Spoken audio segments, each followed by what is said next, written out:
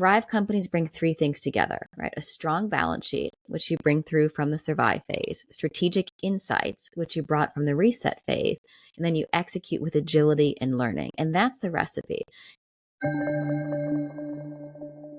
Entrepreneurs will say, we're going to skip strategy this year because we want to be more agile.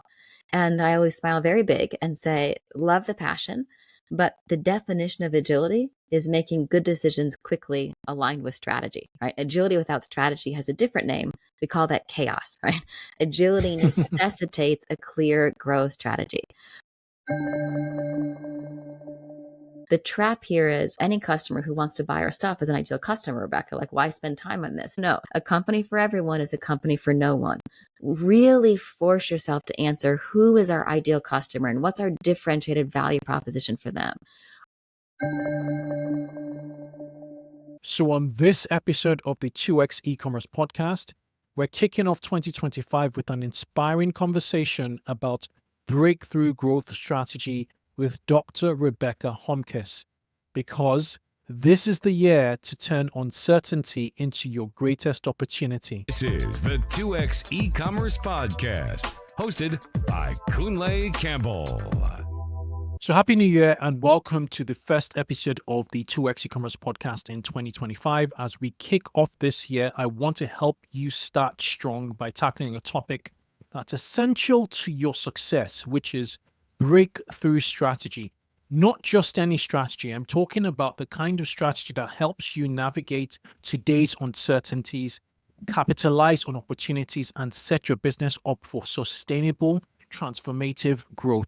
So join me today with Dr. Rebecca Homkes, a high growth strategy expert and one of the most insightful thinkers I've come across. She's a lecturer at London Business School, faculty at Duke Corporate Executive Education, and a trusted advisor to leadership teams across the globe. More than that, Rebecca has a gift for making complex challenges clear and actionable. I intentionally brought Rebecca on as our first guest this year because I know how important it is for you to have clarity and focus as you plan your 2025. This episode is more than a conversation, it's a toolkit. Rebecca shares powerful frameworks and mental models that you can adopt to your business right now. So whether you're looking to strengthen your team, make better decisions, or unlock new growth opportunities, this episode is for you. And before we dive in, a quick reminder to follow this podcast on your favorite platform. It does help bring you more amazing guests and insights to keep you ahead of the curve. Now, let's get started. Rebecca, welcome to the 2X e-commerce podcast. Thank you so much for having me. It's my pleasure to be here. Yeah, brilliant stuff. Do you want to give us a bit of your backstory for some context before we jump right into what we want to talk about? Yeah, absolutely. I'd love to. So I'm a dual citizen. So I live between the UK and the US, splitting between Miami, San Francisco, and London. I'm a faculty member at the London Business School and Duke, and also advisor and faculty director at the BCGU, or the University at Boston Consulting Group. But my background was in economics. So my PhD was from the London School of Economics in economics. I had worked for some of the big consulting firms like McKinsey and Bain, and thought that I was going to work at a big company doing strategy and economics. And when I moved from the London School of Economics to London Business School several years ago, I started teaching in some of our programs for entrepreneurs, specifically the YPO, or Young Presence Organization, and doing a couple of programs for them, doing a couple of off-sites for them. I just fell into my niche of bringing all of these things together to really focus on growth strategy. So that's developing strategy, executing strategy, and innovating on strategy, which increasingly means bringing in digital and AI transformation into that. So I'm still at these universities, which I love, but I spend more than 80% of my time working directly with teams who want to do that, lead these high growth, high performance journeys in absolutely every industry across most countries. And you can work with me in many different scaling journeys, but I tend to see companies in kind of the hundreds of millions to a billion.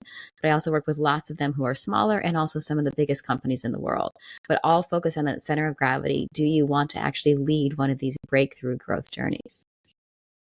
I love the last statement you made, which is a breakthrough growth strategy.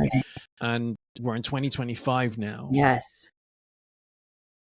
Where do we begin? Where does strategy actually start from if you're essentially sitting down with your team Mhm. and trying to make 2025 a really outstanding year in comparison to other years? I love the premise because one of the questions that I actually ask entrepreneurs and leaders inside big companies is, do you actually want to lead a growth journey? Is we all say we want to grow, but we invented the term breakthrough growth a long time ago to say, actually, you're going to break out of what you're doing right now. The term breakthrough growth comes from you have a growth curve, you're doing this linear growth, every year growing a small percentage. Do you want to break out of this curve and really reset that line? And that means doing new things, which could be harder or different or a change. So, love the premise. And I start there. Do you and your team really want to lead one of these growth journeys? And that's a starting point. And then the second starting point is to just grasp the notion, it's going to sound cliche, that uncertainty is the new certainty.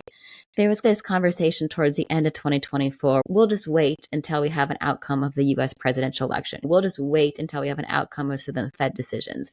And we almost kidded ourselves that the year would close, we would start 2025 with this pathway to certainty and all of this clarity. And let's be honest, right? We are facing the same level, if not more, uncertainty across all these different aspects. So let's embrace it. And then let's reframe it, right? We sometimes, and I want you to listen to this for me, when we talk to each other about uncertainty, as leaders, we tend to put a word before it that means it's going to be bad, right? We ask each other, hey, how's your team dealing with uncertainty? How are you managing uncertainty? Like, how are you changing your plan for uncertainty?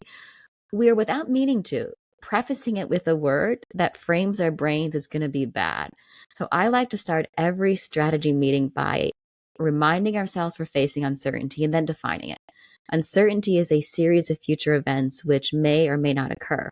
Whether or not those events are good or bad depends on what we're trying to do and how we're set up. So that's your job. Figure out what we're trying to do and then set up to succeed in that environment. Should you even label them good or bad in the first place, like uncertainty?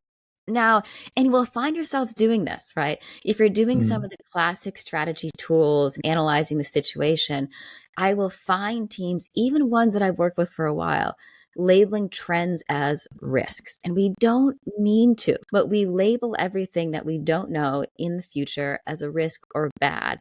And I have to say good or bad, even though I want you framing everything as an opportunity, because I'm finding this. If I don't say good or bad, you're going to instantly think bad. I need to give you good. So I train your brain to see that aspect of well. Now, when you've really got one of these high performing teams, they're doing it naturally, but our brains aren't formed to do this. Okay, it's not our fault. Our brains weren't formed evolutionary times to see an unknown future as a great thing, right? We were trained and formed to see an unknown future as a risk to protect against. So we constantly need to do this retraining and this reframing. Makes sense. Makes sense. In regards to uncertainty again, is there opportunity in uncertainty?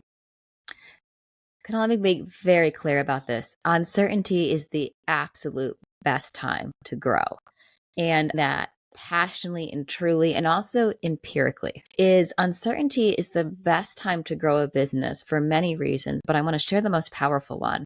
It's the best time to grow a business because it's the best time to learn. When you're facing uncertainty, your customers or consumers are actually much more clear about what they value and what they're willing to pay for and what they're not. Your partners and suppliers are much more honest about what they need from you. Your employees, if you've got a team or a small team, are much more honest about what they want from you as an employer.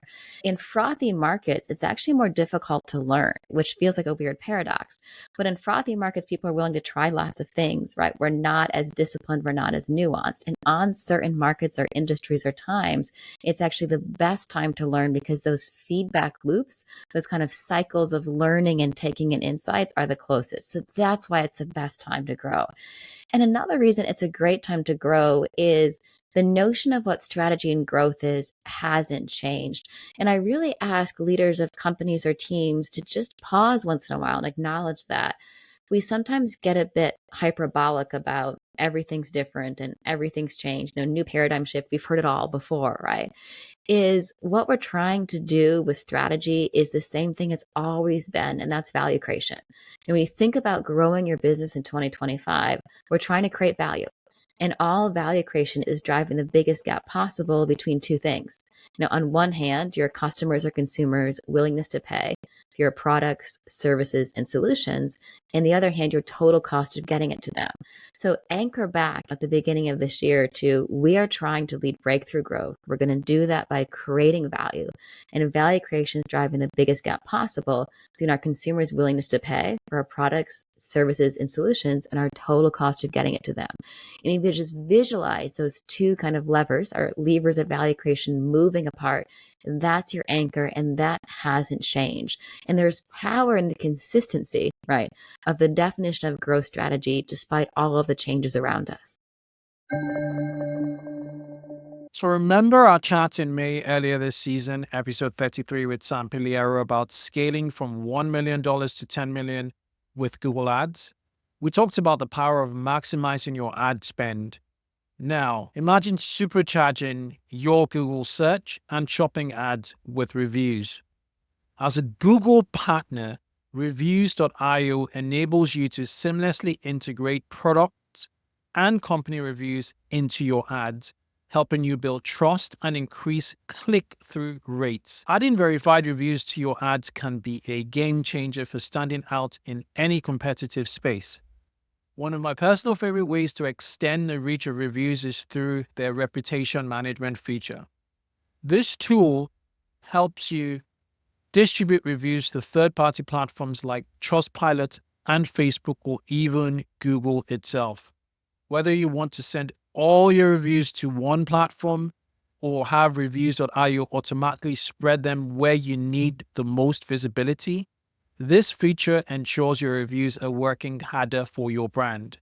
With Reviews.io, you can manage both product and company reviews in one place, which streamlines your efforts while amplifying your brand's presence. If you're already using reviews or feel like you're not getting enough, there's a faster way. With Reviews.io's Review Booster, you can collect reviews not only from new customers, but also from past customers, so you're not having to wait around for fresh orders to start building trust. Simply upload a list of customer details, and Reviews.io will handle the rest, automatically sending out review requests with customized email invitations. This means you can quickly boost your credibility and start converting more shoppers. And if you're stuck in a long-term contract with your current reviews provider, Reviews.io makes switching easy for listeners of the 2x e-commerce podcast. Through their contract buyout program, Reviews.io will honor the time left on your contract so you can transition seamlessly without having to double pay for services. Once your buyout period ends, you'll enjoy their flexibility, no commitment monthly plans, giving you freedom and results without being locked into something that doesn't work for your business. Ready to make your reviews work harder for your business? Use the code 2X to get 10% off your first year with Reviews.io. Just click the link in the episode description or ask the support team to apply the code for you. Applies to new customers only. Terms and conditions apply. Great and funny. One of the underlining themes I picked up from uncertainty is truth. Yes. So you spoke to the fact that your suppliers, your partners, your team will be essentially more truthful because the stakes are really high in an uncertain environment. They just have to reveal what they are. That's in a best case scenario, in when things are perfect in economics. What's it called, a perfect market? But my question is more around, how do you create that environment of truth as that baseline in an uncertain period? An environment or where the truth comes from these environments of learning, right? And we've made learning a bit cliche, but I want to pause on that. And it is the actual number one differentiator. If we look at what the number one differentiator is of these organizations who consistently thrive, not just survive, not just constantly reset their strategies, but the organizations that consistently thrive, the number one differentiator is learning velocity. And I always say, just remember 4 words for me: learn faster, grow faster. Organizations that learn faster are organizations that grow faster. But this is actually a difficult capability to build, and you got to mean it, right? You can't claim you're a learning organization because that sounds great in town halls, right? You got to really mean it, which means building this culture of trust and learning. And it starts with your own team. If you haven't built this culture of trust and learning with the team, it's not going to expand to your customers, suppliers, and partners. And when we see this in power in action, it's quite powerful, right? Some of my favorite examples are post COVID when companies open back up. And there are some great cases I wrote about in the book of these fabulous entrepreneurs. And one of my favorites was one of the largest brands of amusement parks and zoos in Scandinavia. And when they opened back up with 20% capacity restrictions post COVID, lots of limitations on what they could do, they had to do in less than 2 weeks what they normally had 2 months to do, open for the season. And so they told their customers, hey, we're going to make mistakes. Tell us what's working, what's not. But hey, we're going to mess a lot of stuff up. And because they told their customers they were going to make some mistakes, their employees felt more comfortable to try new things that they'd never tried before. And all the way down to frontline employees, they were trying and experimenting and learning. And they got such great feedback for customers. Well, they did things that summer that they'd probably been talking about for a decade, right? But they had now finally, because of this culture of trust, right? We told the customers we're going to make some mistakes, so feel free to try. It empowered all the employees up and down the organization to try some things. It's incredibly powerful, but I'm going to repeat, you got to mean it. So it's really that culture. I like your point around the organizations that learn faster, grow faster. That is really important because our audience are typically e-commerce operators. Yes.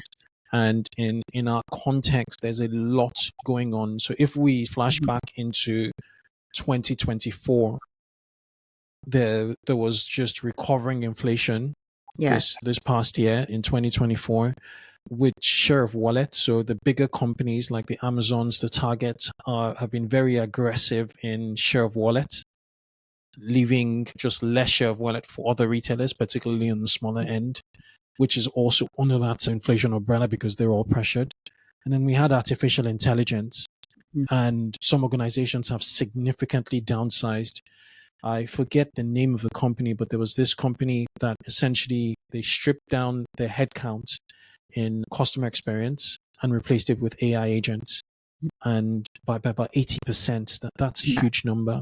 So just reflecting on all of that, as an e-commerce operator, how do you learn fast, adapt really fast? How do you listen to the exogenous, more what is going on outside, and how do you also lean inwards and merge both worlds together to say, okay, this is what I'm learning, and these are the steps to be a bit more agile in decision making and essentially in action?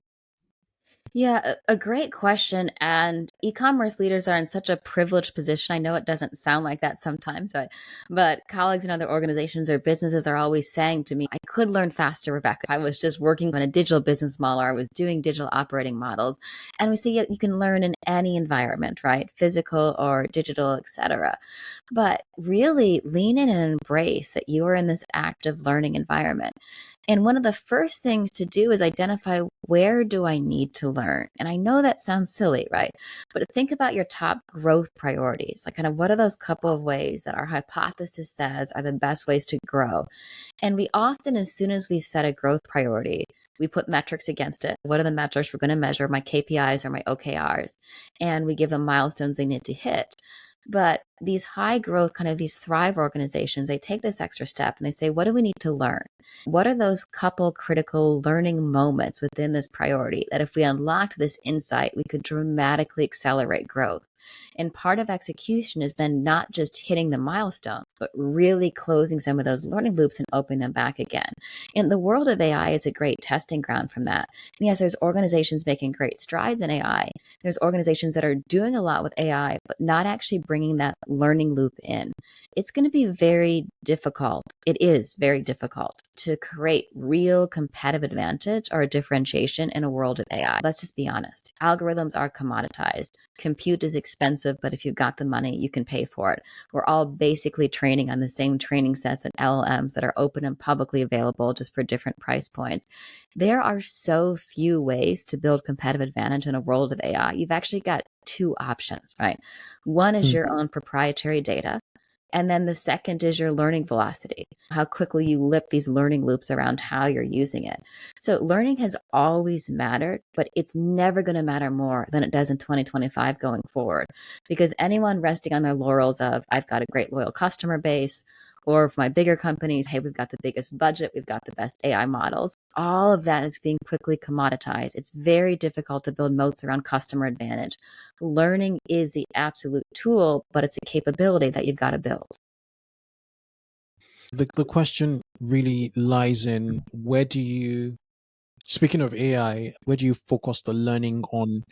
I'll give you an analogy with AI. There is an opportunity for brands, particularly consumer brands, Hmm. to actually humanize themselves a lot more than they used to. And that in of itself is a differentiator and refreshing in the consumer's eyes, in the eyes of consumers. In the background, you can still help AI enable that humanization. But the question is that there are also other areas to learn from, like inventory management. So in 2025, where do you think, and I know this is quite nuanced, a Yeah. question, how is there any model, any mental model to decide or prioritize Mhm. where to focus your learning on to give you that competitive edge? Yeah. When it comes to AI, here's the very basic approach that I take is first we need to pause about one very important thing is we're talking about a growth strategy. There's no such thing as an AI strategy. No such thing. So I never want to see a slide deck or a manual or a presentation on our AI strategy. It does not exist, right? AI does not replace value creation. AI's role is to enable, support, and accelerate how your business creates value. If you Mm, have questions on how you create value, AI will not help you in mm, 2025. And I think sometimes, especially as entrepreneurs, we want to just grab on to the newest thing, whether it was blockchain or crypto or AI, and we can name all the trends that you and I have seen over the past couple of decades. Value creation does not get replaced by any of these. So we've got to start there. Now, do the hard work in your strategy reset and determine how you create value. Now, once you've done that, then use those two value creation levers, right, to think about where to apply AI. And again, I know it sounds simplistic, but stay with me. This is what works. We say, okay, we can use our value creation as increasing customer or consumer willingness to pay. It's also about dramatically reducing our cost. Okay, what can we do to dramatically increase consumer willingness to pay? Personalization, as you've mentioned, customization, right? Going from there's a real power. What I'm loving, I'm seeing some brands doing right now is moving from persona based to true personalization. We used to call it personalization, but it was really we gave you 15 personas and we assigned you to one of them, right? We can actually yeah. do personalization and customization at scale, not just about email traffic, but truly understanding your behavior. So as a team, brainstorm the 10 to 15 things you can do to move the needle up. Then brainstorm the 10 to 15 things you can do to move the needle down. What tasks can you automate, right? Where can you bring more efficiency in? If you're not using these tools to accelerate coding and etc. Once you've got those, there's two traps to fall into. The first trap is just do a bunch of quick wins, the personal productivity stuff, where we're going to start summarizing meeting notes with it. Fine, but you're not moving the needle. The other trap is, and organizations that have boards fall into this, is don't do any little stuff. Just do stuff that really moves the needle. Both of those are traps because if you just do quick wins, you're going to be stuck in this endless cycle of personal productivity. If you just work on midterm stuff, you're going to get through 25 And one of your investors or board members or senior team members, is going to be, what are we doing? We just spent 11 months working on AI and nothing's happened. So I like to bucket those brainstorm initiatives, needle up or needle down, into 3 buckets. Ready? You got your quick wins, your just do it's, let's get going. You've got your conventional and midterm. Let's not kid ourselves, we're the only ones doing this. Our competitors probably are too, but it's going to help. And then your moonshots. What are those lower probability of working, but higher impact if they do? And then I like to parallel path, which means do at the same time all 3 of those things. 1 or 2 needle up and needle down of my quick wins, my midterms, and the moonshots. And throw some moonshots in there, because more than often than not, when companies brainstorm moonshots, they're actually very practical and implementable. They just haven't really allowed themselves to embrace this notion before. So that's how I approach bringing together this worlds of growth strategy and AI. Yeah. So those are the key. So the theme here is value creation points, Yes. quick wins, midterms, and then the moon shoots. Okay. So there's that balance across the board. Exactly. That makes sense.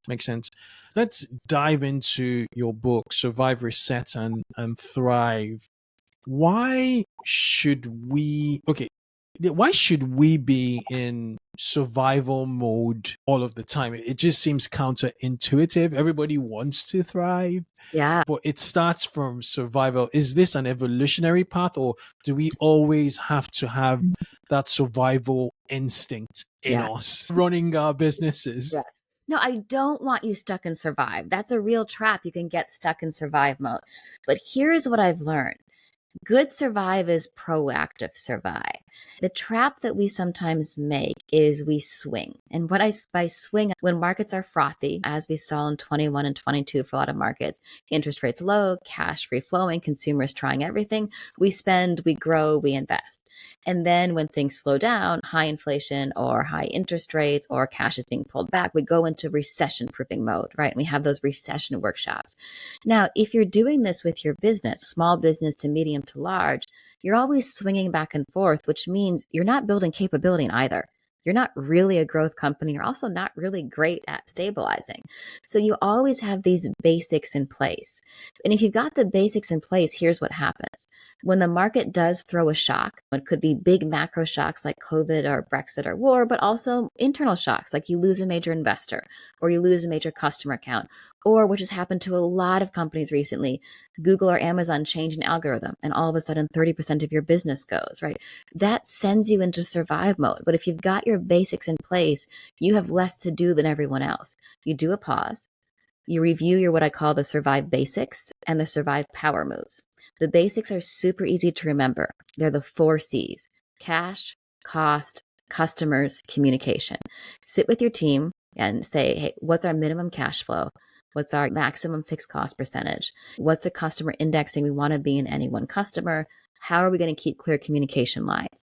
Once you've got those basics in place, when these shocks happen, you can move faster than everyone else. So no, this is not about being paranoid. This is not about running too lean. This is about setting yourself up to survive. I'll say it again. Good survive is proactive survive.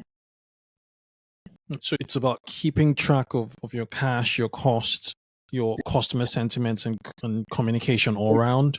Yes. Think of it as like trigger points, right? We've set where these trigger points are, these no breach points. Think of almost like a dam or a seawall, right? And when we get close to those, we need to pause, make sure we're where we are, and then we can go back to growth. Now, when you've done those again, when there is a shock in the market, you have so much less to do. What happens for organizations is they lose discipline really fast. And as soon as they've moved beyond what we're calling survive mode, it could be a recession or kind of a down period for the company, they go back into growth mode and they lose that discipline, which means they need to learn it all again the next time that this happens. And in everything in growth strategy, you want to slow down to speed up. You want to put this foundation in place so when you're executing that much faster than everybody else. So is this like a data tracking system that almost gives you an alert whether we're red, amber, or green? Is that what you're insinuating? And it really saying just depends on the size of the company and the industry. Some companies just keep track of this in an Excel sheet. Some have it in a more kind of sophisticated system that kind of gives them alerts. And any of those work, right? The notion is you Okay. pre-agree with your team where these trigger points are of survive. But remember, we don't want to spend much time in survive. We want to have Yeah. this, think of it as I've built this foundation so that, and I can build a growth pathway. Look, markets will always swing. We can get into long run bull markets and we forget markets will always swing. Your business model doesn't have to if you put some of these proactive measures in place. Okay, so it's a dashboard essentially Yes. that with a trigger point, you're tracking regardless of what the market, where the market is at. You're tracking these points here, and then moving so is there any other thing in the survive layer that Yeah. we need Well, to cover? survive, yeah, before we can move on to reset, survive, you've got to do a little more than the basics. You've got to do some power moves like repurposing or partnering, leaning onto your partners, accelerating learning velocity. Often, when there's downturns for a company or a market, we stop learning. We're so focused on operational metrics, we turn off the learning tab. And we know that these are the best times to learn. Really leaning into employee engagement and making some of these tough decisions. Look, there's nothing strategic about the survive basics. If you want to move out of survive better and faster than others, you need to employ some of these additional power moves. Mm. And then the transition to reset. What does reset mean as a concept? Yeah, reset means change, right? And change is a big, scary word. We like to talk about how we're embracing change and we're leading change and we love change. Most of us don't, right? We need to be very honest about that. Most of us don't love change. And I get asked this a lot.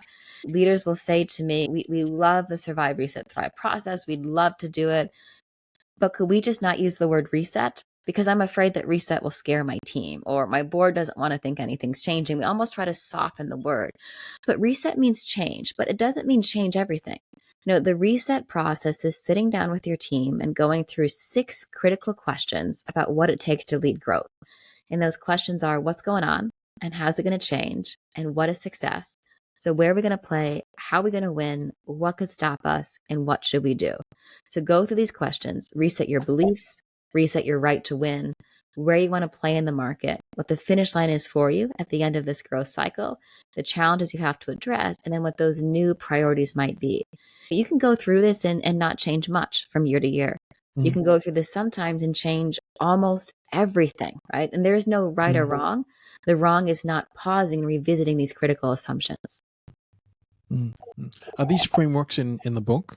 Yeah, so the reset's actually the majority of the book. Each of these reset questions forms one of the chapters of the book where I talk through how to ask the question, give you lots of different examples of companies from all sizes, from a couple million to several billion as they went through it, and the actual frameworks and practices you can go through. But again, the reset is the majority of the book because that's the part most people skip. If you look at most conferences and title and anything along those lines and articles, they'll say, don't just survive, thrive. Thrive doesn't happen just by surviving, right? Thrive happens because you're willing and able and then resource this critical reset that you need to take. Mm-hmm. So just so I'm hearing you right. So from what I picked up, you have alert systems, you have a very solid dashboard that tells you where you are, whether you're slipping towards survival mode or you're in a growth phase or you're just coasting. And then a reset, it's what's the actions we're taking based on all of that data that we have to get to where we want to go in this case in 2025. Yeah, so looking back at some of those assumptions you've made in the past, being prepared to update those assumptions and then make new choices on them. And the basics of growth. Who are our customers? What's our value proposition? How are we going to reach them? And then what are the key priorities we need to win this year in order to meet those growth targets that we've set for ourselves? Got it. Okay, so from a change perspective, let me throw in an analogy here with an e-commerce business that has a target to essentially double. It's been stagnant for the last 3 years.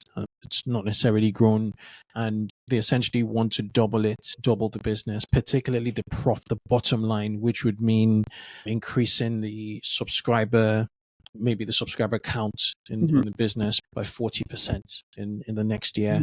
How would you go about the change piece or the reset piece using the framework if you're speaking with the operators of Mhm. this business?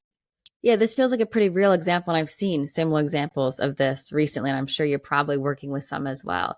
The first starting point is not what should we do. The temptation in a strategy workshop or session is to start with what should our goals be? And that's the last question you should ask. Don't even ask the question in the first couple of hours of the first day. You're going to get the list wrong every single time. You start with your beliefs. Align as a team on our beliefs. What are our critical beliefs around where the industry's going, where our customers going, what they value, and about us? And teams that don't tend to align on choices, it's often because they haven't aligned on beliefs first. Your beliefs form the foundation of your growth strategy. Once you've updated your beliefs, then you go to your right to win or your competitive advantage. I don't know what happened to this topic over the last couple of years, but we've lost all discipline on answering it. And everyone says the same thing. We're customer centric, super engaged team, lots of experience, blah, blah, blah. Everyone is saying the exact same thing. Truly, what's your right to win? You've only got three options. You've got stuff as a company others don't. You can do stuff as a company others can't, or you can build moats around your advantage. So moats are fences or this loyalty lock-in, and really challenge the team. What do we have that others don't? And what can we do that others can't? And how can we build moats? And you're going to find some gaps. And those gaps are going to be some insights about what you need to strengthen or buy and build over the next growth cycle. Then you're going to visit your where to play questions, and you're going to switch the order. Again, you're going to start with right to win, then do where to play. And that's who's our ideal customer. The trap here is any customer who wants to buy our stuff is an ideal customer, Rebecca. Like, why spend time on this? No, a company for everyone is a company for no one. Really force yourself to answer who is our ideal customer and what's our differentiated value proposition for them. Only once you've done those three questions and you've got the insights do you set the goal. What is success? And then the top priorities to get there. We're in a world of template based strategy. This notion of growth hacking and OKRs and rocks, we're just asking everyone to fill in a template over an hour and call that a strategy. Let's be honest with ourselves. There's nothing strategic about these templates. We need to bring the insights back to strategy if you actually want to lead these breakthrough growth journeys, or in our example, truly double growth over this year. That's interesting, super interesting. Let's flesh out the beliefs Yes. bit and the foundation of growth, because there's belief and then there's matter of fact, Yes. which is truth, essentially Yeah. data. So Yeah. how do you want to flesh Yeah, that out, please, for an beliefs, e-commerce yeah, operator? yeah. Beliefs aren't religious dogmas, right? Is we are operating in a changing world, right? We have big tech players who are changing how they're competing, right? The Amazons, the Googles, the Shopifys. We have a new administration in the US and the UK. We're just talking a little bit more about the US one at the beginning of 25 because so many unknowns are there, which is putting regulation of some of the big tech players into a different set of questions. We have ranging geopolitical tensions. And you think, I'm running an e-commerce business. How does this affect me, Rebecca? Well, if you think inflation's going down and tariffs come in with a little supply chain volatility, guess what's happening to your price levels again, no matter how small of a business you are.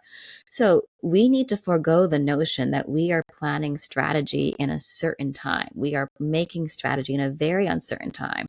So you got to align on beliefs. What are some of our critical beliefs on a macro and political front, but also industry specific? And it's going to feel uncomfortable sometimes articulating a belief because you're going to have to write down, I call it essentially, a belief is essentially a memo to yourself. You're writing a memo to yourself in 2026, how your 2025 self saw the world.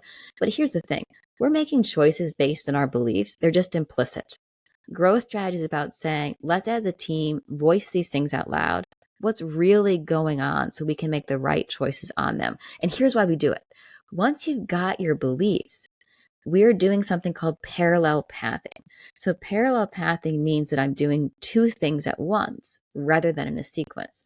So I'm actively testing my beliefs while I'm executing my priorities. And here's why.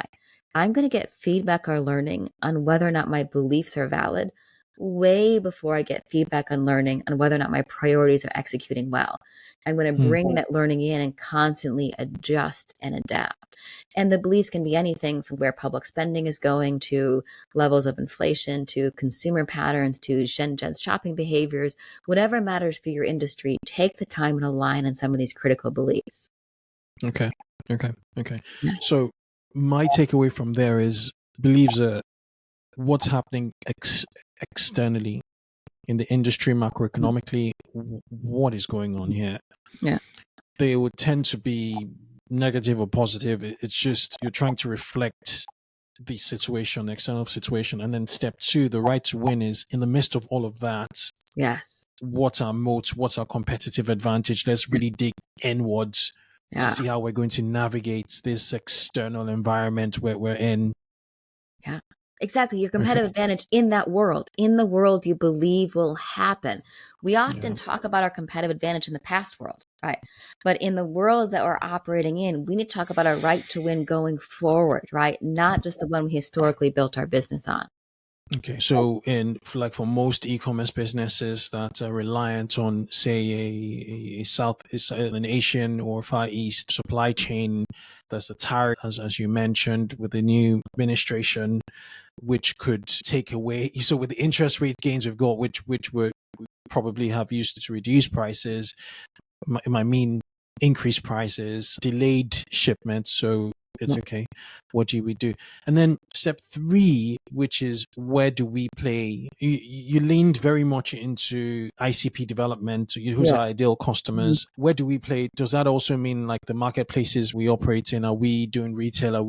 Is it very customer specific, or is it also market oriented? So in the midst of all of this, where are we finding a purple ocean or blue ocean? Do you want to Yeah, where flesh to that out play for us? is the who, what, how, but who is market, sub industries, and customers, depending on the size Okay. of your business and where you're looking to grow into. And often, if you do the beliefs exercise right, it should open new market possibilities. I like to say, teams, if you took this belief to the extreme, what would we be doing? Ignore your existing business model for a bit. If we really took this belief, where would we be competing? What markets? And it's really a fun brain exercise because you're not going to do all of the things, right? But then you say, well, if we really took this belief, we should be competing pan European rather than just in one country, or we should be really leaning into the B2B marketplace, not just the B2C. And I'm using, of course, generic examples, but having this notion of your who, what, how is again market, sub industry, and customer. And if you're going to go through the time of the reset, don't just do a book report, I always call it, and just basically write down what you're doing today. The reset is about putting options on the table again, and then we'll prioritize at the end into what we're actually going to do. Okay. And then with all of that, you finally set your 2025 goals. Yes. Okay. That makes sense. Okay. The final part of your book is Thrive. So the name of the book, just to reiterate again, it's called Survive, Reset, Thrive, Leading Breakthrough Growth Strategy. How would you define Thrive? Which is the fun part, I think. Yes, Thrive is the fun part. And what's funny is when this was an article and also when it was a book, entrepreneurs will say, can you just send me that chapter, Rebecca? That's the part that I really want to understand more about. And I always used to joke, and I joked with the publisher, they wouldn't let me do it. But what I wanted the publisher to do was only sell the first 9 chapters. And once you promise that you've read those, you could get the final ones about what it takes to thrive. Is because it's not a given, right? You have to earn it and it's hard, but it's a very simple recipe. Thrive companies bring 3 things together, right? A strong balance sheet, which you bring through from the survive phase, strategic insights, which you brought from the reset phase, and then you execute with agility and learning. And that's the recipe. And it's not 2 out of 3 is good enough. You need all 3. Strong balance sheet, strategic insights, and then execute with agility and learning. And Thrive is more than what I call the kind of the basic cliche stuff. Yes, you need a great team and a great culture and a solid strategy, but we know that, right? It's about these extra things that really comes down to these notions of acting on beliefs, learning velocity, this agility to make good decisions quickly, aligned with strategy, this shared context about what matters and why it matters, and then trust. And we spent a lot of time on trust in this conversation, and for a good reason. It is one of those differentiators of what it takes to be this Thrive organization, is you've got this reliability across this network of commitments that go up, down, and across the organization. So we can only call it blast. And if you want to be one of these breakthrough growth companies, I always envision this rocket blasting into the air. And again, BLAST stands for beliefs, learning velocity, agility, shared context, and trust. Makes sense. Makes Yeah. sense. Okay, wrapping up in 2025, do you have any final No. words of advice, e-commerce operators just looking to thrive amidst the volatility Mhm. that's in front of us? Yeah, many. Let's keep it simple. It's a fascinating, it's a fun industry. It's going to change so much. We're going to be talking in 6 months. By the time we get to the summer, we're going to wonder what the hell were we thinking at the beginning of the year when we thought that these things were going to be the biggest trends. Is take a breath, I always say. Is take a breath. Don't get caught up in the frantic nature of everything's changing, everything's different. Take a breath. Strategy matters more than ever. It's tempting in a world that's changing a lot to say, let's just not do strategy. Let's just be operationally focused. Like, why have a strategy if it's going to change? Growth strategy and clarity of how you create value matters more than ever. Slow down to speed up. Take the time to build out some of these insights that will allow you to move faster than others. And I get this a lot. Entrepreneurs will say, we're going to skip strategy this year because we want to be more agile. And I always smile very big and say, love the passion, but the definition of agility is making good decisions quickly aligned with strategy, right? Agility without strategy has a different name. We call that chaos, right? Agility necessitates a clear growth strategy. So you're going to take a breath for me. You're going to lean into a value creating strategy. And then the third is breakthrough growth is hard. And I need to say that. And that's some real big feedback I got from the first draft of the book is colleagues and my editor said, don't say it's hard. People don't like things that are hard. You say this is hard a couple times. We want you to change that language. And I started doing that, then realized, but that's no longer the truth, right? Coming back to truth. This stuff is really hard. But then I had this really powerful insight was hard is great. Because when you do the hard stuff well, that's differentiation. So don't push back when something feels hard. I want to repeat when we can do the hard things well as a team, that's what leads to differentiation. When we can do the hard things well, it leads to differentiation. Yeah, and it buys you time. And it It buys you buys time. you a lot of time. Yes. But yeah. Rebecca, I was really looking forward to this conversation, and yet it was well beyond my expectations. It went really well, so I appreciate it. For those people who want to find out more about the book, it's Survive, Reset, Thrive: Leading Breakthrough Growth Strategy in Volatile Times. You actually have a website for the book, which is yourname.com, Rebecca Homkes/book. It's available on all platforms: Yeah. Amazon, Walmart, Barnes and Nobles, Waterstones, even in the UK. It's available. So please get a copy. It was very timely having you on at the start of the year. I really appreciate it. I'm sure operators listening to this episode have lots to take away. I'm going to put a very detailed outline in the show notes. So guys, please check the show notes out of this book. There's lots of insights Rebecca gave to us. Thank you very much, Rebecca. No, it was my pleasure. Thank you so much for having me. And best of luck in 2025 to all of your listeners. Thank you. Same. Thank you. So thank you for tuning in to this episode of the 2x e-commerce podcast. I hope this conversation with Dr. Homkes gave you clarity and confidence as you plan 2025. Frameworks and insights aren't just theories. They're actionable tools you can use to make smarter decisions, navigate uncertainty, and create breakthrough growth in your business. So if you found value in this episode, please subscribe to the podcast on your favorite platform. Your support means the world to me and helps us bring even more incredible guests and practical strategies.